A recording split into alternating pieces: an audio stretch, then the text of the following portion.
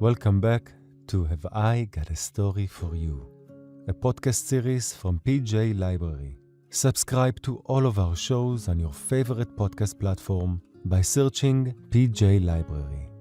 Today's story comes from the second book of Kings in the Tanach, or Bible. It's a story about how much we can learn from mentors and how we carry our friends with us, even when we are not always with them. Elijah was a teacher with big ideas about the world and special powers because of his connection with God. Elijah could ask God questions and God would answer. Sometimes God helped Elijah make miracles, like turning a little bit of food into a lot, or making fire come from the sky, or helping sick people feel better. Elijah had a favorite student named Elisha, who was also his friend. Elisha followed Elijah wherever he went and hoped to be able to do everything Elijah could do. Even with lots of practice, Elisha still couldn't make miracles the way Elijah could. But he would sometimes hear messages from God. One day, when Elisha was learning by following Elijah, Elisha heard one of those messages. It told him Elijah's work was almost done and that Elisha's friend would be swept up to the sky in a peaceful whirlwind. Elisha stuck close to Elijah, the way he always had, hoping to continue learning from him. Elijah told Elisha, "God has sent me on to the town of Bethel, far from here. You may stay here if you'd like to. As long as you live, I will not leave you," Elisha said. So he followed Elijah all the way to the town of Bethel. When they arrived, Elijah turned and said, "God wants me to go on to the city of Jericho. It's okay if you do not want to come with me." That was far away, and Elisha's feet were getting sore. "But still," he said, "as long as you live, I will not leave you."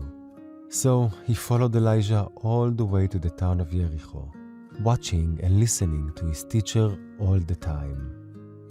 When they arrived, Elijah turned to Elisha and spoke again. "Now God has sent me on to the Jordan River." That was very far away, and by now you can imagine how tired Elisha felt. Elijah noticed and said, "You can stay here." But again, Elisha replied, "As long as you live, I will not leave you." So he followed Elijah all the way to the Jordan River. At the riverbank, Elijah took off his mantle, which is like a coat. He rolled it up, then swung it at the water. The water parted so that Elijah and Elisha could walk on dry land. Even after such a long journey, Elijah was still full of miracles. As they crossed, Elijah said to Elisha, "Tell me, what can I do for you before God calls me into a whirlwind?"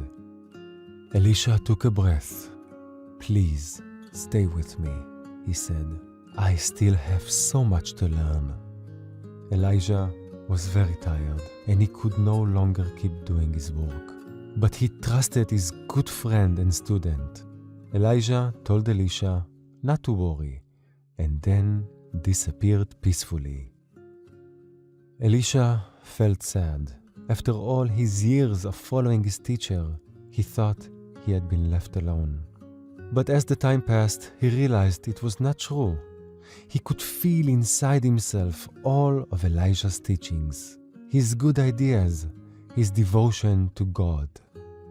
Elijah's spirit was alive and well inside of Elisha. He had learned so much from his teacher. Now Elisha could make miracles too.